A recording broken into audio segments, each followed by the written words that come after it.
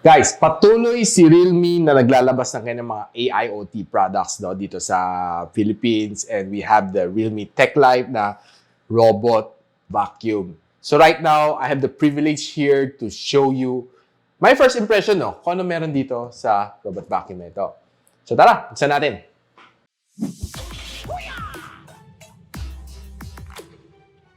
So hi guys, ako pala si Richmond ng Gadget, Sidekick, and welcome back to my channel. So kita natin, it's here, the Realme robot vacuum, and yeah, battery included siya, so rechargeable siya.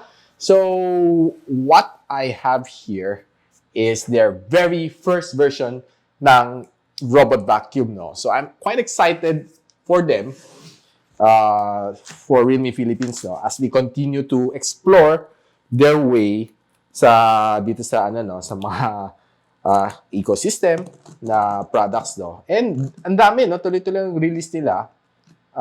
Ako, na-excite lang ako eh. There's nothing more I can say na other than getting excited for them. Kasi ang dami eh. And really, doon tayo papunta eh, mga smart home products. And yes, okay, so there's another box inside. So, box within a box. So, boxception tayo ngayon. So, pagbukas natin ito, there's another box waiting for me inside. And yes. Okay. Whew. Okay, so kita natin, So, 2-in-1 vacuum and mopping function. So, may smart mopping navigation system siya. Customized home cleaning plan. Okay, so kaya namang map, mag-drawing ng mapa. Okay, so intelligent surface adaption technology, depende kung nakita niya carpet mode siya. Kung nakita niya hard surface mode siya. So, meron siya 300 ml na tanke, 300 PA suction niya, not bad. Hindi ganun kahina. Not bad na siya. Considering na medyo maliit lang siya. Auto recharge and resume. Sa rin siya uwi. Okay, so 38 high precision sensors, 5,200 mAh na battery, medyo malaki. And low noise ang kanyang operation. So, lalo kung tulog ka, ako normally, pinapatakbo ko ang mga robot vacuum ko pag tulog ako, So, normally, mga hating gabi yan. 12 in the evening, saka siya rin siya tatakbo. Other than that, siyempre, baka naglalakad ako sa gabal, okay, baka matisod pa ako. So, yeah, kita natin, this is how it looks like, the Realme Techlife robot vacuum. And, okay, so, ang tema niya is definitely black and yellow. Black and yellow, black and yellow, black and yellow. Okay, so pagbukas natin, laki. Ang kanyang user guide. Fun removing. So, we have kanyang filter. We have kanyang charger. Okay.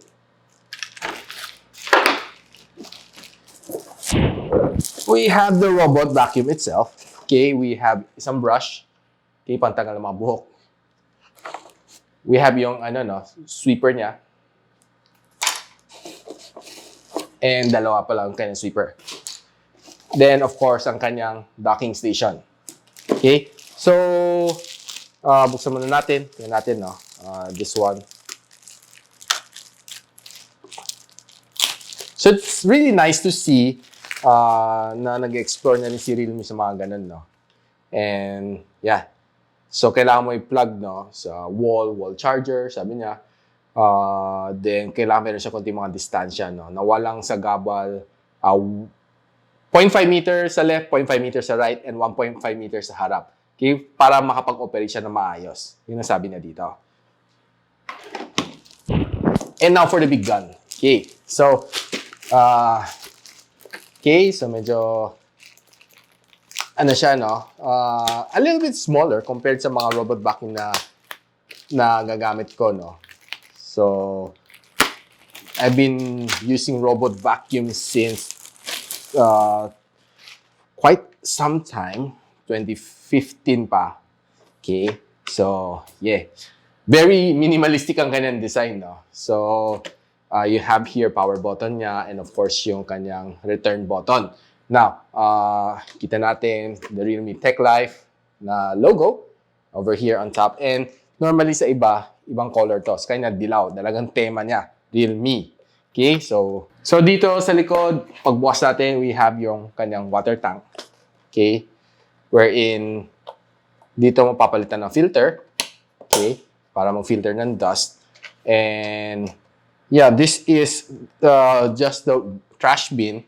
Okay, so dito pumapasok lahat ng dumi, no? So this is not the water tank, this is the trash bin. Tingnan natin yung ibang parts niya, no? Okay, so for the other parts, we have yung main na sweeper.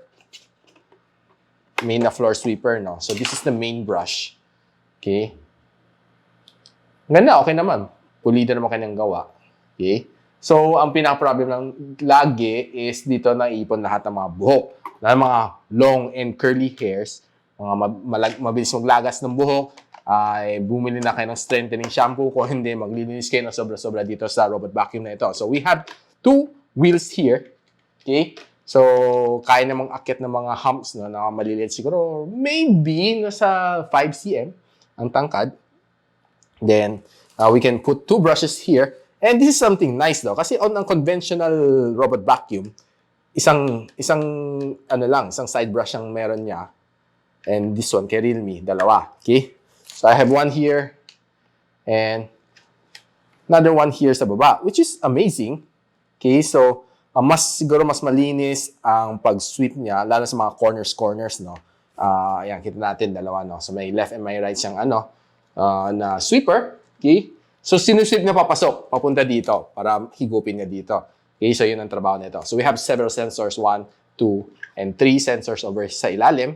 Okay? So guys, sa kahanap ko, no, I was able to explore na there's 2 bin, no, dustbin dito sa ilalim, which is isa a full dustbin, and another one is a 2-in-1 dustbin slash water bin, no. So yung isa pwede mo lagyan ng mop dito para mag-wipe sila ng floor, pero itong model na hawak ko right now is only the dustbin version.